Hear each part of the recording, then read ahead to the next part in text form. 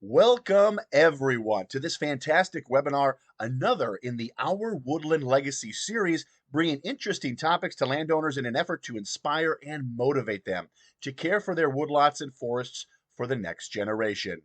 I'm really pleased to be here with you all. We're expecting a good crowd to listen to Mark Rouw and his work as a big tree hunter. But before we begin, a couple of quick housekeeping items. First, you should be able to see and hear us, but we cannot see or hear you. That's the way you can communicate with us is through the questions box. Here you can type in your question and then we can answer it, in this case at the end of the presentation. A quick reminder of another Our Woodland Legacy webinar planned for Thursday, August 24th, next week here. Over the noon hour, this is going to be with T-Bone Feely of Iowa DNR, who's going to present on ticking time bomb, controlling invasive species. That should be another good one, chock full of practical tips and information for folks wanting to control invasive species in their woodlots. Another webinar some people may be interested in, this one is next week on Wednesday and is part of our Stewards of the Beautiful Land program. It will be a roadside roundtable, a day in the life of a roadside manager, and we're going to feature 3 roadside managers who will give the audience a sense of what a roadside manager does, and then answer questions about Iowa's roadside program. Okay, enough webinar talk. The weather's unbelievable, so let's talk about getting out and into nature and experiencing new things. We have several options for you spread throughout the state, starting on Wednesday, September 13th in Carroll County at Swan Lake State Park, where they're going to be planting trees and learning about Swan Lake State Park. The week after, on Wednesday, September 20th, the place to be will be the Iowa Great Lakes and the Mazer Monarch Lodge, where we will plant some trees and play prairie bingo. The day after, on Thursday, September 21st, Maine's Grove Lodge near Hampton will be our starting point to learn about the proper way to plant a tree before deploying to get some trees into the ground. Finally, don't miss out on Saturday, September 23rd in Mahaska County at Cedar Bluff State Preserve, where you can help hand seed a native prairie. Well, that's going to do it. So without further ado, here is Mark Rouw, Iowa's big tree hunter. Hello, my name is Mark Rouw. I am the Iowa Big Tree Field Representative, and I'm going to be giving a program on Iowa's largest and tallest trees today. So, welcome to the program. Now, on the cover slide here of my PowerPoint program is an interesting tree, and it's later in the program we're going to talk about it because there's an interesting story about it. So, Iowa has a big tree program, but it didn't start until 1978. The national program was started, it all got its start because of one person, a forester, Joseph Stearns. And he had this statement or request: let every tree lover, every forester, every lumberman rally to fight for the preservation of our biggest tree specimens. That was in 1940. In 1941 was the first Register of Big Trees in the American Forests magazine, and that was the start of the national program. And along the way, various states picked up their state programs, and then, like I said, Iowa started theirs in 1978.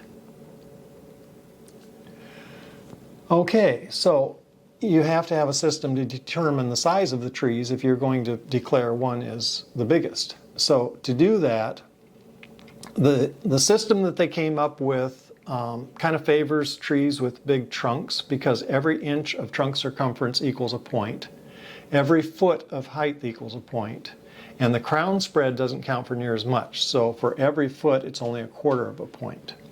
So it's a little biased, I think, for the trees with the bigger trunks, but that's the system that was put in place, and that's the system that has been used since that time. And if the trees are within 3 percentage points of each other, they're considered co-champions, which is kind of nice. So, measuring trees. It may seem kind of straightforward. You measure the trunk circumference, you measure the height and the spread, but even the trunk circumference can sometimes be kind of tricky because trees are not always on level ground. Oftentimes they have, over time, as they grow, their roots actually lift the soil up, so you may actually have to come back a ways to figure out where 4.5 feet up is. And the height is the one that gives people the most trouble because that's typically not a measurement that you're actually measuring. You're estimating the height with some sort of method from the ground typically. So there are several methods, and we're not going to spend too much time on this. This is something that you can check online if you would like to. I will mention the stick method, however. So essentially what that is you find a pencil or a stick and you're holding it arm's length out at the tree, so you're getting the height of the tree, and then you're turning your hand like that, so a quarter turn.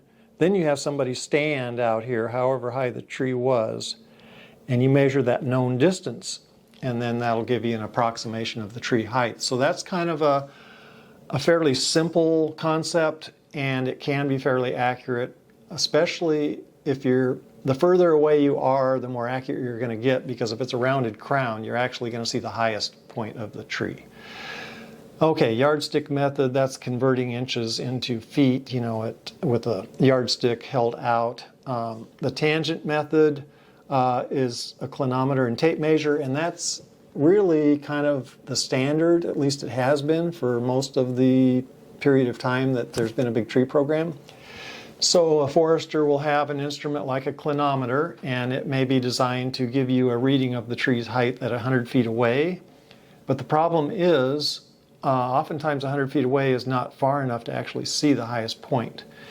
And people typically just measure from the trunk without figuring out where that highest point is, which is on a deciduous tree is rarely directly above the trunk. So what happens is the measurements are typically off, and oftentimes they're way off. I measured a silver maple that was only about 75 feet tall. It was officially measured by a district forester at 125 feet tall. That's a little bit of a discrepancy, and that's too much of a discrepancy. But this last method, the sign plus sign method, is very accurate, and it involves a rangefinder, and if you get the expensive model that is really good, it does the calculations for you. You just have to find the highest twig, and you can just shoot to the different points, and it'll tell you which one is the tallest, and then shoot to the base and add those two measurements together, and you've got the height of the tree. And if you're using a tripod, to get rid of your unsteadiness, it can be extremely accurate. You can be to within a few inches on a tree that's 100 feet tall. So you could even measure a tree, every year and see how much it's grown. So that's pretty cool. And we talked about the stick method. That's essentially what I was talking about.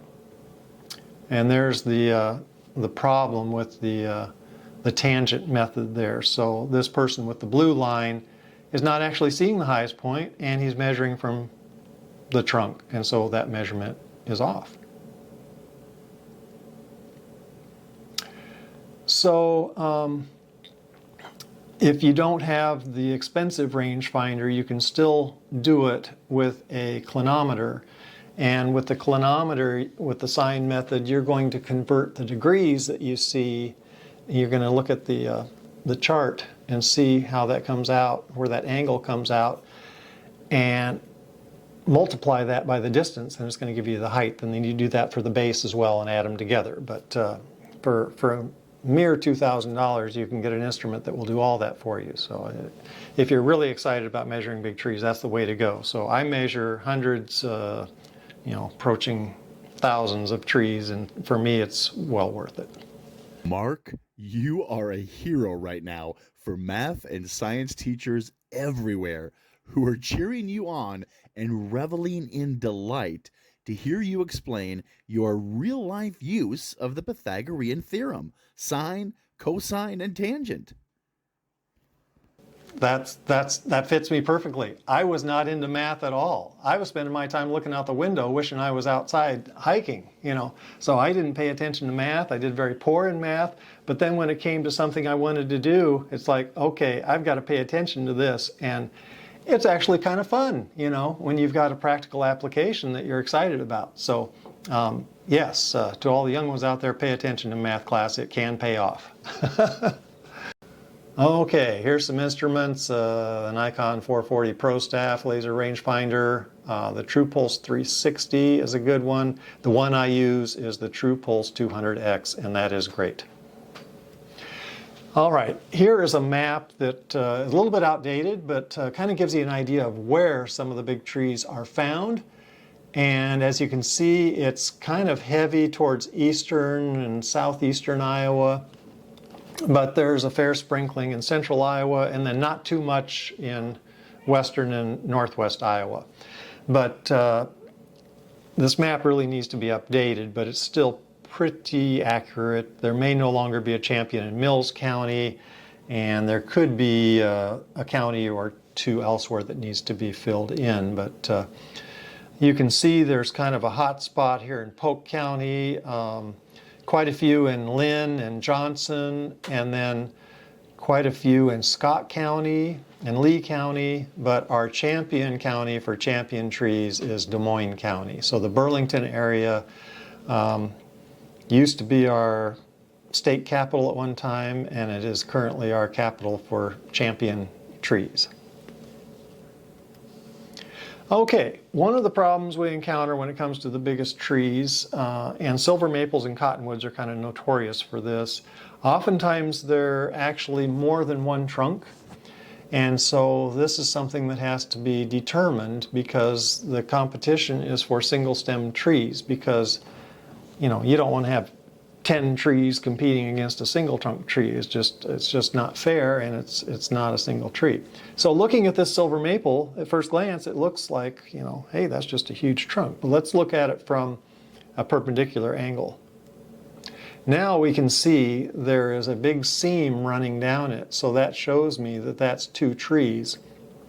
Also notice that the diameter of the tree from this angle is quite a bit less. So those two sides are pinching together, and the tree is growing the only way it can, which is out from those points.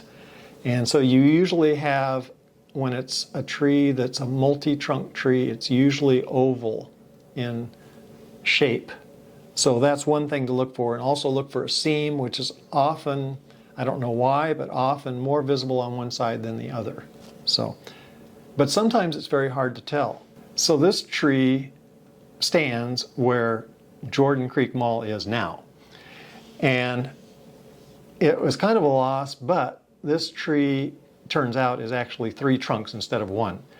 Now, this tree was listed as a national champion, and it wasn't a deserving one, but it's not unique to Iowa. So we see a lot of this even on the national level. And this is something that I want our Iowa program to be a little better at. I want to have ours have a little more legitimacy. You know, I want to have trees with single trunks.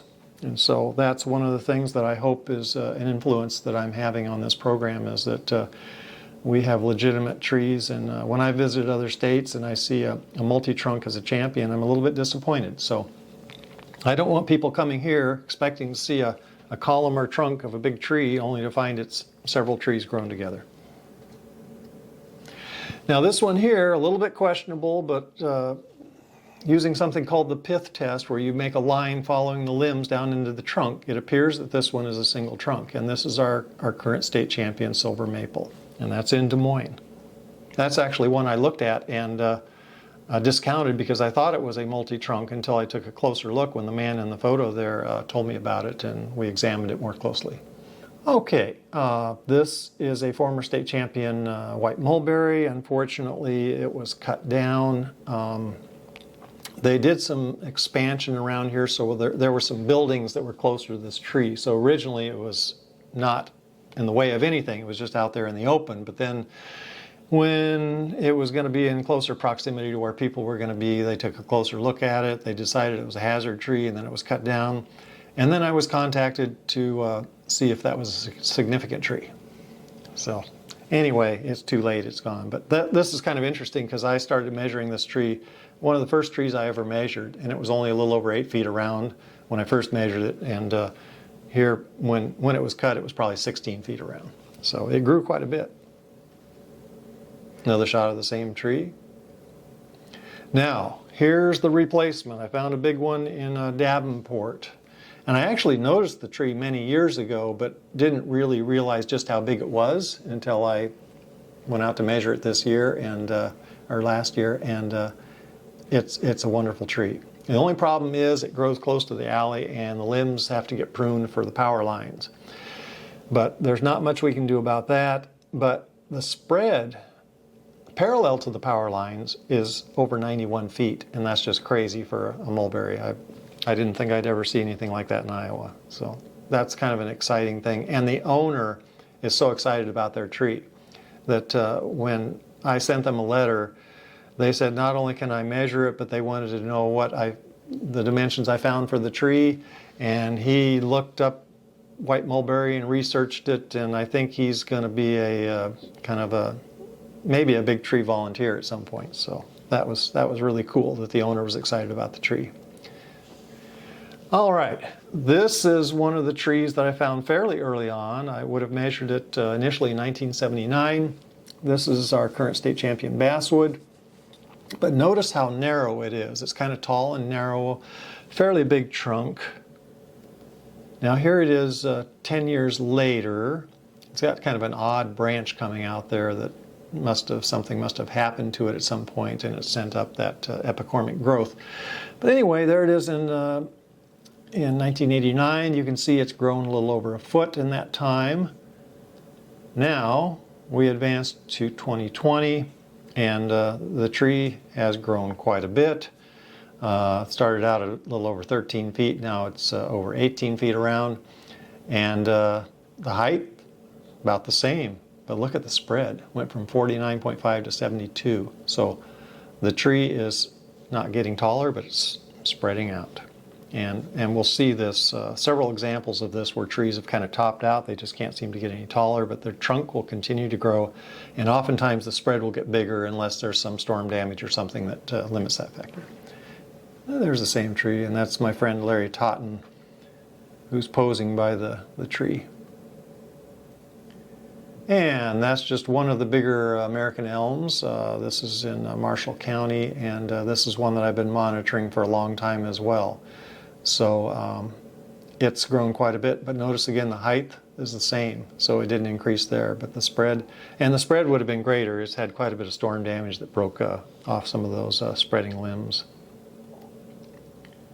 Beautiful buttressed trunk. Some of those roots extend out probably 20 feet or more. Some of that might be due to erosion, but it's still pretty cool. And this is a big American elm that's on private property in Polk County. Just a wonderful tree, and it's one that had escaped me for a very long time. This is our current state champion. This American elm is in Sigourney, and a wonderful tree. The spread is incredible. So we've had other elms that, with comparable trunks and some that are taller, but that maximum spread of 133 feet is quite exceptional. And I'm hoping that I can drum up some interest so that this tree can be treated so that it doesn't get Dutch elm disease. That would be my wish for this tree. Another shot, same tree. And this is my all-time favorite American elm. Unfortunately, it did succumb to Dutch elm disease a few years ago, which is sad. But this tree is just impressive. When you see it, boy, this has got to be the biggest one. And there's a big ginkgo. It did suffer some damage from the derecho in 2020, but it's still our biggest ginkgo. There's another one actually in the same town in Mount Vernon that's very close to size to this one. It was probably planted at the same time. Balsam fir, interesting tree. We don't have many conifers in Iowa, but we do have some balsam fir up at Bluffton. There's some balsam fir along the upper Iowa River, and that's the only stand that I know of, but there's a few others I think that are on private land. But those are growing in rocky soil, and there's just really not a lot to work from, so they're not too impressive. But this one, in good soil, in the Lansing Cemetery, is just enormous, and it's much taller than anything else I know of. And the neat thing about this tree is there's a big hill, you might even call it a bluff, to the south and southwest, so it gives the tree a little bit of protection, but you never know with winds how they're going to come. So it doesn't mean that it's safe, but it has done pretty well so far. They've got smooth bark, so they're kind of an interesting tree. And this gorgeous specimen is a European larch, and this is in Dubuque. And we have two champion European larches, so they're co-champions. The other big one is in Decorah.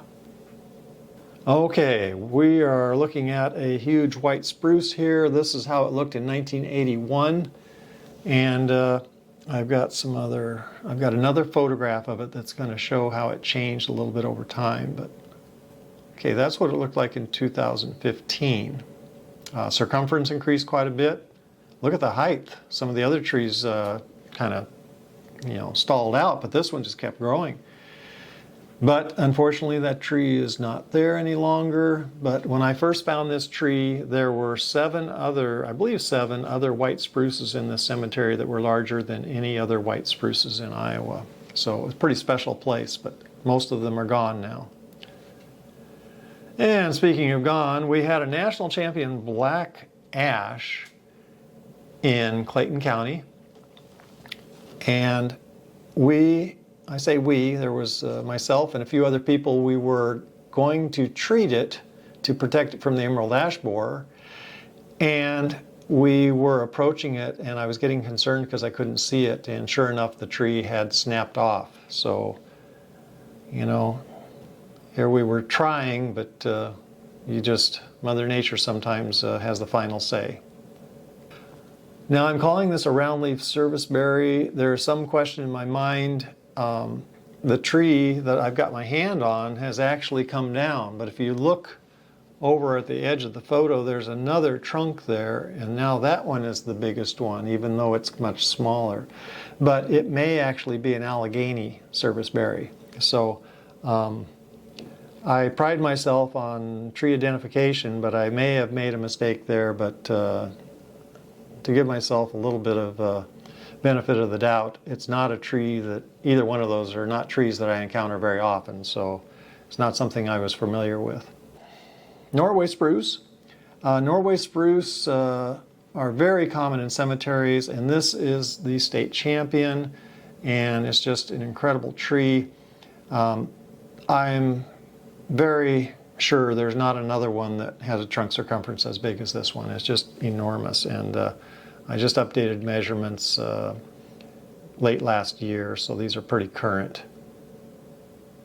Huge trunk. Now, that one's our state champion. This is my favorite Norway spruce. This is in Burlington, and the trunk isn't as big, but look at that height, 108 feet tall. And if we were to compare the volume of this tree to the state champion, I'm not so sure that this one might not win. So when you see it, it's one of those that's just like, you just can't believe how impressive it is. Or at least I feel that way. Maybe not everybody, but if you're a tree lover and you're familiar with Norway spruce, you're going to be impressed with it. That is a big, impressive tree. So I'm hoping we can find somebody that installs lightning protection systems to see if we can't get one installed for this tree, because that's my fear. This one is so tall that at some point it's likely going to get struck by lightning, and it would be so great to preserve it. And I think there may be some money available to do this, but that just as a reminder to myself to get busy on that project. This is one of the first trees that I measured. This is a white pine in Indianola, and It's grown quite a bit. Originally had a circumference of 11 feet. Now it's over 16 feet. The height increased some. Now the spread is less, but it has lost several big lower lateral limbs, so that explains that. So what we find is that trees, and most of you are going to know this, the ones out in the open tend to be the ones with bigger trunks and more widespreading, and the ones in the timber tend to be taller and have smaller trunks and less spread. But to have a white pine in Iowa that's got a circumference of 16 feet, pretty awesome. Okay, this is, sadly I have to say was. I'm going to have to edit this some more because I've got too many trees that are no longer standing, but they're so cool I want to leave them in. This is what I found when I went on my trip and I had to sleep in the car, and I ended up at Claremont, and there was this wonderful cemetery that was full of these big white pines, and this was the biggest one, and it became the state champion. So I'd been monitoring this tree since 1986. So those are the dimensions of when I found the tree in 1986. And in 2012, circumference had increased over 2 feet. And look at the height, went from 95 to 118, and the spread had increased some too. Well, it's kind of sad what happened to this tree because it was in a cemetery, and I figured it was perfectly safe. It's at the edge of the cemetery. It's not a hazard tree or anything, you know. But when I went there in 2014, I think, the tree was gone, along with several others. And I was just kind of perplexed and very upset. But that just goes to show you that you're never sure that a tree is going to be safe. But with the state program, I hope we can do a better job of making sure the owners know what they have, because I don't always follow through with that if I think the tree is safe and it's a kind of an easy to access tree. I don't always contact the owner because my thing is finding the tree and measuring it and nominating it, but the longer I'm in this, the more I realize it's very important to make sure everybody knows what they have, and hopefully this kind of thing can be prevented from happening in the future. White pines are one of my favorite trees. I've been asked before, you know, what's my favorite, but it's hard to pick one because sometimes I'll get really excited about a certain species for a while after finding a really big one, you know, so it can kind of vary. But I have measured more white pines than any other tree. I've measured over 100 tall white pines. This is our second biggest one and very impressive. This is in White Pine Hollow, 144 feet tall, you know, approaching a 4-foot trunk diameter, just a very impressive tree. I was with Bruce Blair, who was a district forester at the time. He's now a forester in Yellow River Forest. And we're walking along, and I saw this view of these big white pines, and I couldn't believe it. And then we measured this tree, and it was every bit as big as it looked like it would be, and it was a pretty memorable moment. Now, this is the second tallest tree in Iowa. This is also in White Pine Hollow, and I just updated measurements of the tree this spring, so this is current to a point, although it's probably added a few inches this growing season. But when I measured it in the spring, it was up to 150 feet, 7 inches tall. So we have 2 trees in Iowa that surpass 150 feet now. And pretty exciting stuff, because 150 feet for an Iowa tree, when I started this, I would have said, no way that we have a tree that tall. Well, now we do. And in this photo, those are some of my companions that did some big tree hunting with me, especially in White Pine Hollow. And there's a shot looking up that same tree. I kind of like these shots, even though they're not a real good measure of just what the tree looks like, but they're kind of artistic. I like them. Now, this is the tallest tree in Iowa. This is in Fayette County, 151 feet 5 inches. And hopefully it'll keep growing. I'm going to be monitoring it probably every year just to see. It's kind of exposed, so it's prone to having storm damage, but so far so good. So everyone keep their fingers crossed. Now, this is the all-round champion white pine. We lost the one at Claremont. I never thought I'd find another one similar to it, but this one is almost identical in size. The one in Claremont, had it remained and nothing had happened to it, it would have been considerably larger than this, but I'm not complaining. I'm very happy with this tree. Our champion hemlock, it's in Jackson County on high ground. You can see a little bit of a lean on the trunk, so this gets strong south winds during the growing season, which is the main reason for that bit of a slant on the trunk. But just a wonderful tree, and just one of those that when you see it, you know it's the biggest one, you know. And speaking of the biggest one, here's the largest tulip tree in Iowa.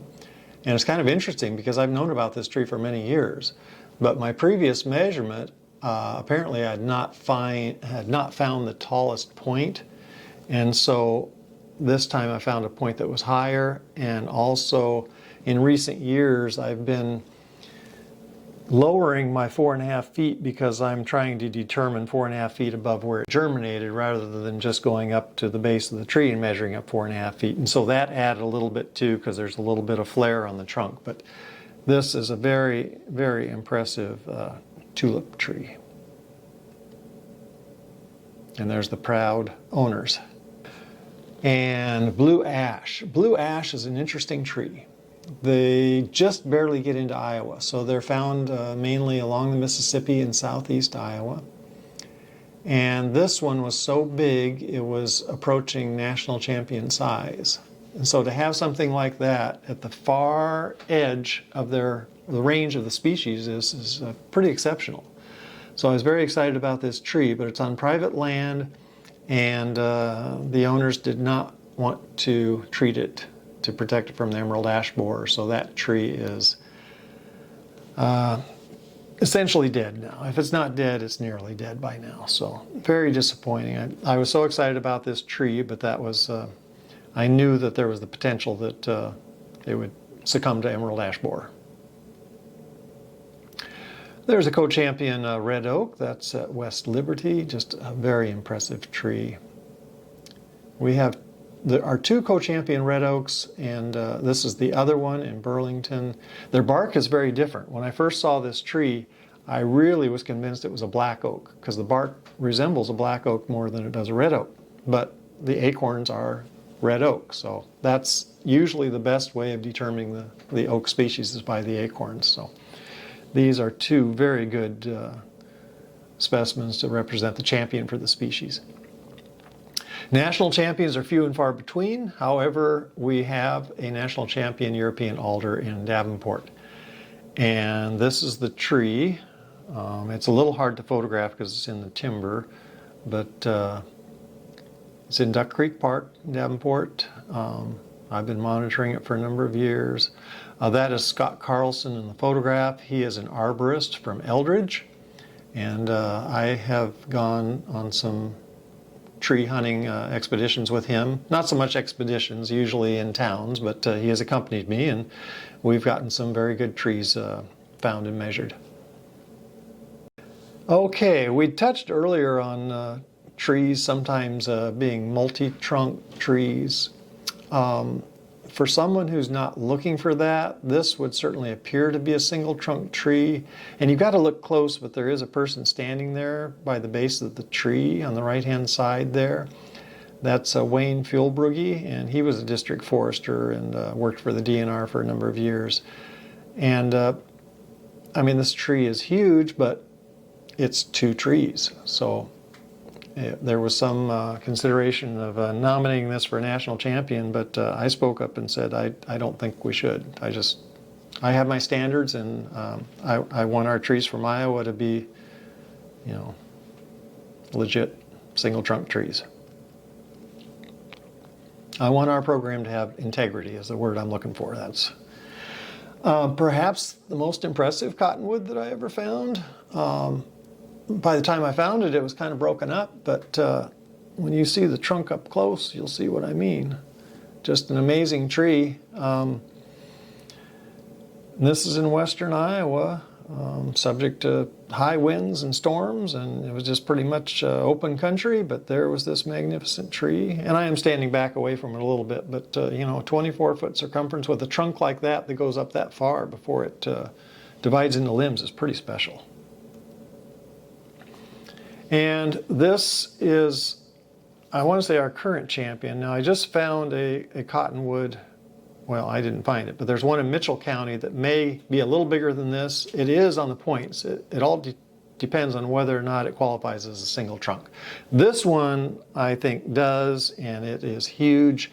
The big dead limb that's kind of in the foreground here has since fallen down since I took this photograph and actually split out some of the trunks. So the trunk circumference has actually gotten less, which I have not encountered too much. So I'm not quite sure how to handle that situation because it hasn't actually gotten less. It's just that a strip of the trunk has peeled away. So I think I'm going to use the circumference that it had previously, and that should satisfy everybody. But it may take a while before it actually gets back to where it was and surpasses that. This is the new find that I was kind of excited about. So that is a huge tree. 29-foot 10-inch circumference, and the other dimensions are not too shabby either. So that's an impressive tree. When I was measuring it, you know, I was measuring trees along the way, and by the time I got clear up there, this is just a couple miles from the Minnesota border, it was getting late, and there was a thunderstorm just off to the west. I just had one more spread measurement to get so I could be done, and the storm was getting so close and it was getting so dark, I decided I better just not do it. So I had to go back another time and get that spread measurement. But very impressive tree. I hope it's going to qualify as a single trunk, and it's one of those that it's in the roadside ditch, and you don't see a lot of big trees in the roadside ditch. The county doesn't want them, and the landowners generally don't want them, but somehow this tree has so far survived, so pretty neat. This is our state champion pecan down in Mount Pleasant. Very impressive tree. It's just, I'm just inspired every time I see it. Just wonderful. There are pecans native to southeast Iowa. This one is most likely a planted specimen, but just an amazing tree nonetheless. And here's a tree that I had not measured until this spring, but it's a huge pear tree, and it's also very old. You know, about half the crown was lost in a storm, I think back in the 1970s. You can kind of see a stub sticking up there. Now this man, he lives on the adjacent property, and his family has lived at this place for many, many years. But I've got another photo of a plaque, and it says, "The claim stakes on this farm were driven September 14th, 1833. The cabin built the same fall by James Box and his wife Elizabeth Melton Box." That tree may have been planted in 1833. That's pretty remarkable. So it's got some history for it too. And our state champion sycamore. This is down in Geode State Park. Very cool tree. I hope you can see me standing by the base there. And here's a trunk shot of that biggest sycamore. Just a wonderful tree. We're lucky to have it in a state park. It's suffered quite a bit of damage. It's not as tall as it used to be, and it's hollow, but very impressive tree. And I doubt that there's a bigger sycamore anywhere in Iowa. We did recently find one, though, in Lee County that has a maximum spread of 155 feet, which is pretty impressive. That's the greatest spread of any tree in Iowa. There's another shot of the big one at Geode State Park. This tree was a pretty exciting find. It's a sycamore. It's in Burlington, kind of in a wild area of Dankward Park. And the exciting thing about this one is the height. So this is the current height record for sycamore in Iowa.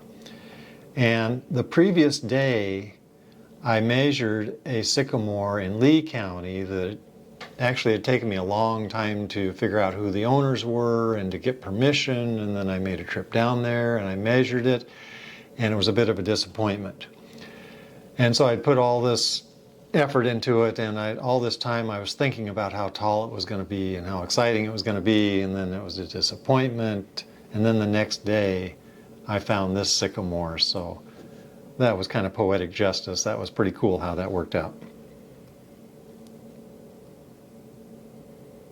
And it's in a city park, so at least I know it's not going to get cut down for some strange reason. Also in Dankward Park, our current, well, this is the second biggest swamp white oak, but beautiful photograph and a beautiful tree.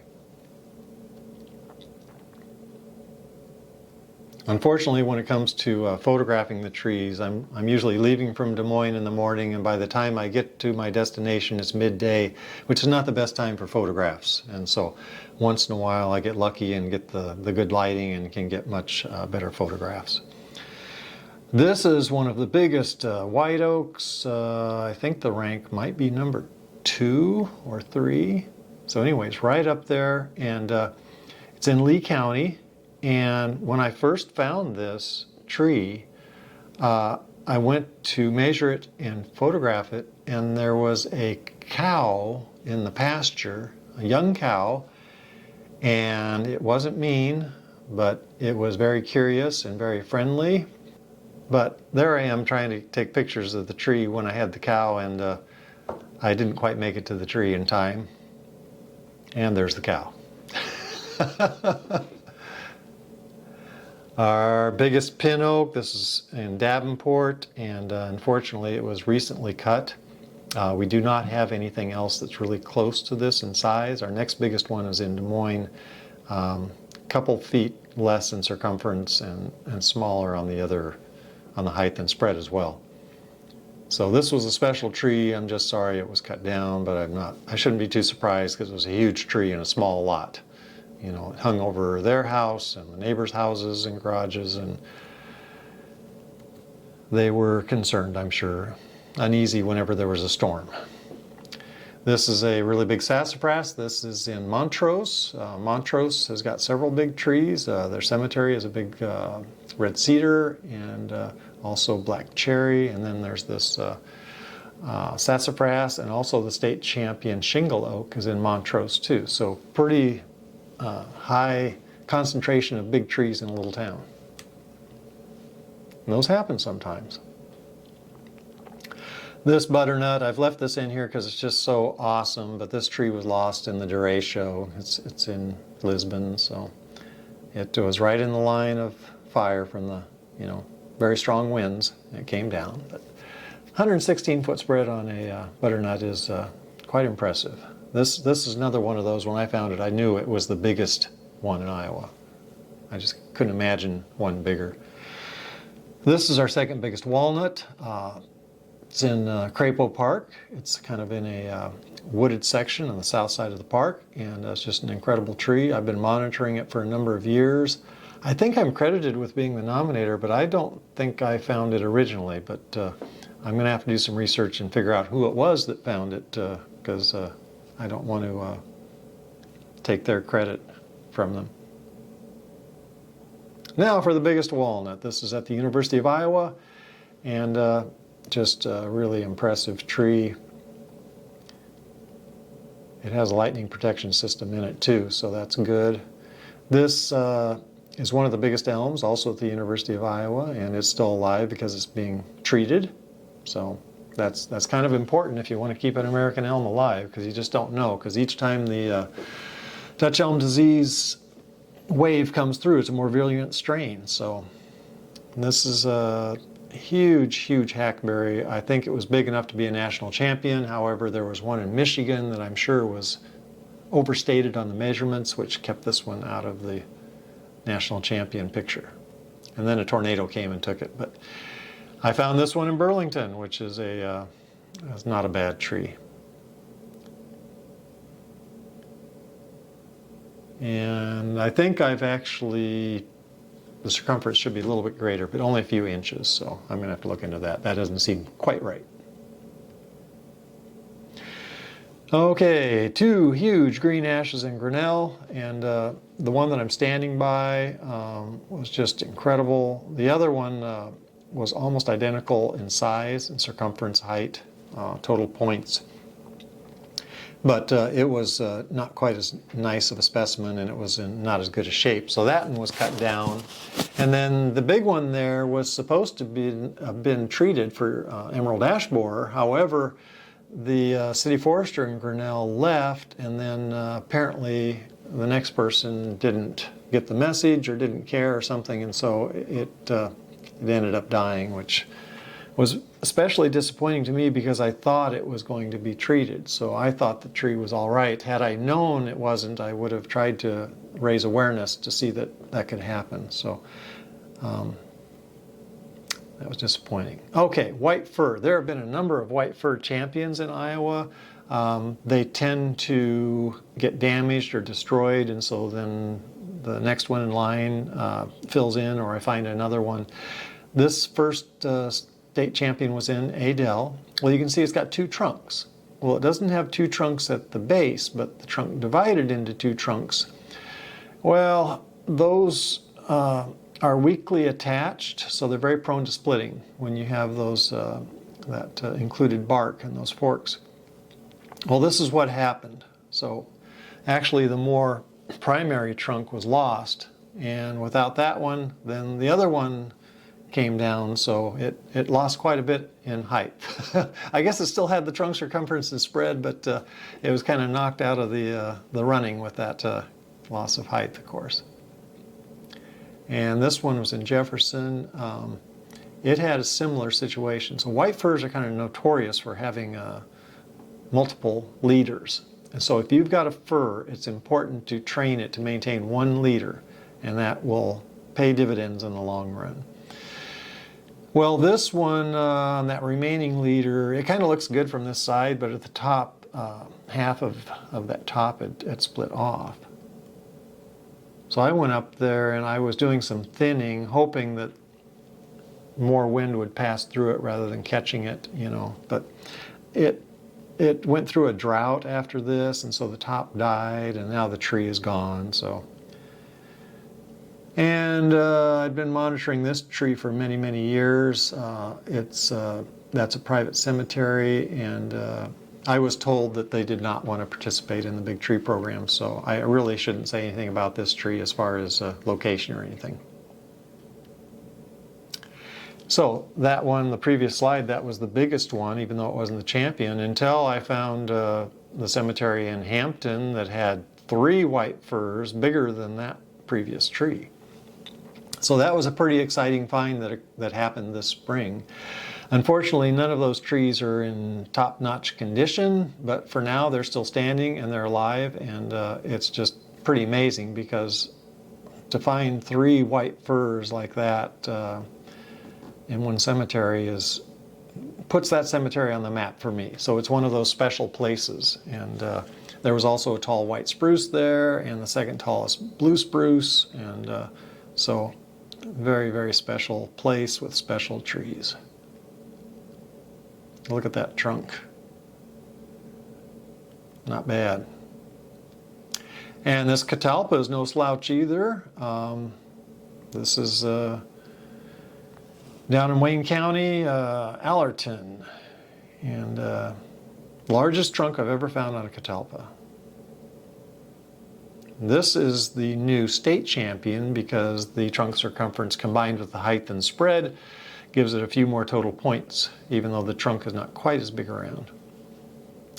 And this very impressive catalpa, perhaps the most impressive one that I've ever seen from Newton, it took a beating in the derecho. So it, as far as I know, it's still standing, but it is not the same tree any longer, which is unfortunate. I was not able to get photographs of it flowering or in foliage before that happened. And here's one in Des Moines, one that I've been monitoring for very many years. You can see the height has not changed. The circumference has changed dramatically. and so has the spread. It's gotten much wider, and that trunk has gotten bigger. And overall, the tree's in pretty good shape, so I'm going to continue, I think, to enjoy visiting that tree for years to come. Beautiful tree. Okay, here's an exciting find. Years ago, 10 years ago, I was in White Pine Hollow and I found a big elm tree. Not so big, but tall. And so since I'm also interested in the tallest trees as well as the biggest, I measured the tree. Now the next problem was this an American elm or a rock elm? And I wasn't sure. Well, rock elms are not very common in most situations. So I didn't want to call it a rock elm only to have it turn out to be an American elm. So I listed it in my notes as an American elm and the measurements, and it was the tallest one. Well, in 2022, I hiked back there and was able to positively identify the tree as a rock elm. And so that was very exciting for me. And then I went back this spring and got some better photographs. And based on the measurements, you can see over 10 years the trunk circumference only increased 3 inches. If you do the calculations, if this tree has grown at the same rate throughout its life, which probably hasn't, when it was very young it was probably growing slower, during midlife it was probably growing faster, and now it's probably slowing down. But if we make that assumption, the tree would be about 287 years old. So it could be older than that, but maybe not so old, but I know it's very old, and it's very tall. Very exciting find. It's rather arduous to get to, and it's not easy to measure. It's on a steep slope. And there's a shot looking up the trunk, which kind of shows you how straight and tall that tree is with a narrow crown. Now that's my friend Bruce Blair that I mentioned earlier, and this is a native red maple in Yellow River Forest. And there's just a little tiny population of them, just 1 or 2 dozen trees. And it's interesting because red maples, when you look at the range map, they do not occur in Iowa. However, they are in Minnesota, and they are in Wisconsin, they're in Illinois, and they're in Missouri. They should be in Iowa. Well, it turns out they are. We just didn't know it. So it's a small population, but maybe we can get a dot on the range map in the next field guide. So pretty cool stuff. Okay, this is our cover slide, and I had mentioned that there was an interesting story with this. Well, the owner told me that the previous owner was taking down trees to make room for cropland, which is a common theme here in Iowa, unfortunately, but that's just the way it is and the way it has been. He was using dynamite to blow the trees up. And when he got to this tree, he decided it was too big and it was going to take too much dynamite, so he left it. And that's the only reason we had this state champion swamp white oak, which is amazing. But unfortunately, the derecho hit this area really hard and the tree came down. So that's very, very disappointing, but at least I got it measured and photographed, and so at least we have something, to go on after it's gone. And here's a little information if somebody wants to know and learn a little bit more about Iowa big trees. So thank you very much for joining me with the program, and I hope everyone enjoyed learning a little bit more about the biggest and tallest trees in Iowa. Okay. Wow. Every time I see some of Mark's work, I am always amazed. Absolutely. Those are some big trees, and the ability to get out there and measure them and provide this to us, I can't thank you enough, Mark. Um, we're going to jump into some questions now that some folks have chimed in on. So let me bring this up. And if you have any questions, please type them in the questions tab. Okay. So, uh, um, Mark, do you know about the metal tags that are connected to a forestry study at White Pine Hollow? The number on each tag represents a tree in the yet to be published publication. Some of the tags, unfortunately, have been vandalized. Any insight there that you know of, Mark?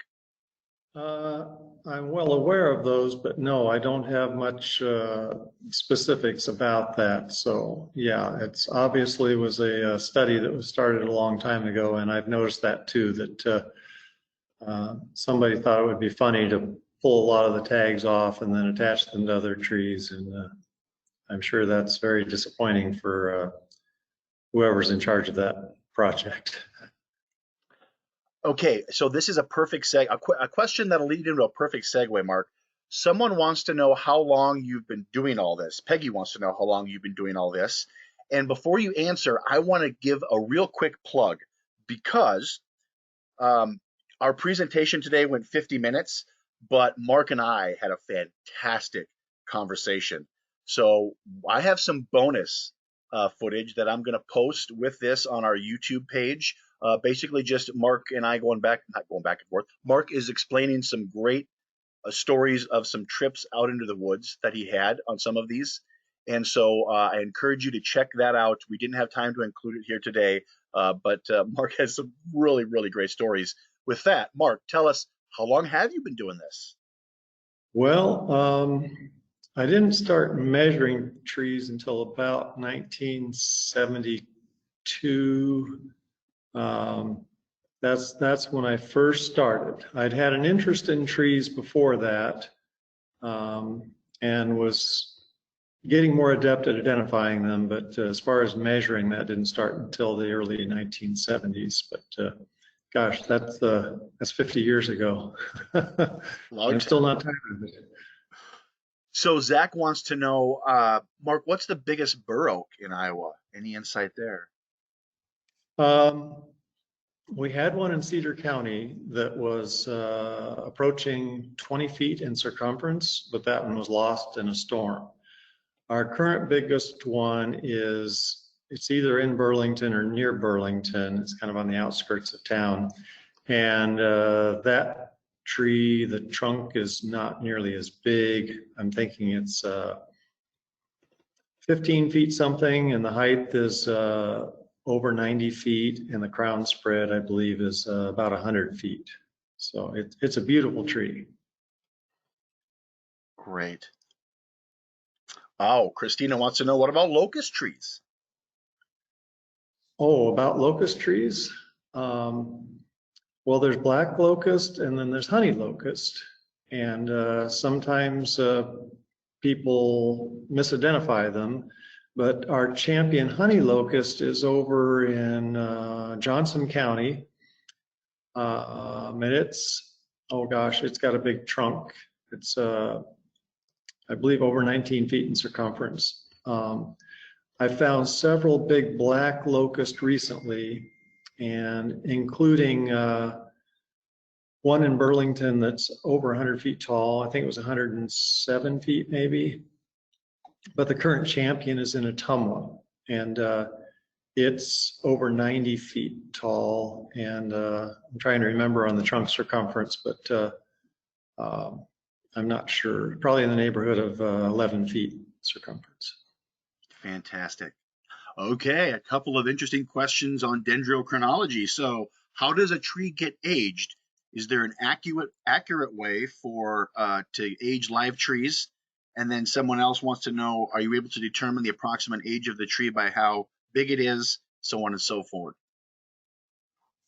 Okay, well, in order to get an actual age of the tree, it would be necessary to get a core sample that hits the pith of the tree or close enough to it that you can get a good estimate of when the tree started. And then, of course, it's a guesstimate on the age from that point down, when it was a seedling, how long did it take to get up there? But the oldest oak was a white oak that was over 400 years old, about 440 years old. And that was in Warren County. And that tree died actually blew over, I believe. And we have a cross section of that tree at the Science Center. There's also a cross section on display at the Wallace Building that the DNR has. And I believe also the Visitor Center at Lake Red Rock. And there might be one at Saylorville as well. So that's our oldest oak. Now, the red cedar is the oldest tree in Iowa, and there's been some found in Lynn County that exceed that 440-year age. But the age and the size do not usually correlate. So those old red cedars that are on the bluffs, probably have a trunk circumference of, maybe 1 foot, and they're over 400 years old. And a cottonwood potentially could have a circumference of maybe 20 feet and only be 100 years old. Yep. So I don't put a lot of weight on those formulas for determining age by the size. There's just too many variables. So I don't advise people to rely on that very much. It's not going to be very accurate. There's so many variables depending on the species, location, just so many unknowns that it's hard to tell. Absolutely. Yep. So Mark, if a member of the public knows of a really large tree that could be a contender, could they reach out to you? I mean, do you take hot tips, I guess you could say? Oh, I'm always just interested in learning about potential big trees. So yes, they're welcome to contact me. They can also contact the DNR. Former employee at the Science Center is now in charge of the big tree program at the DNR, and that's Mark Runkle. So either one of the Marks you could contact.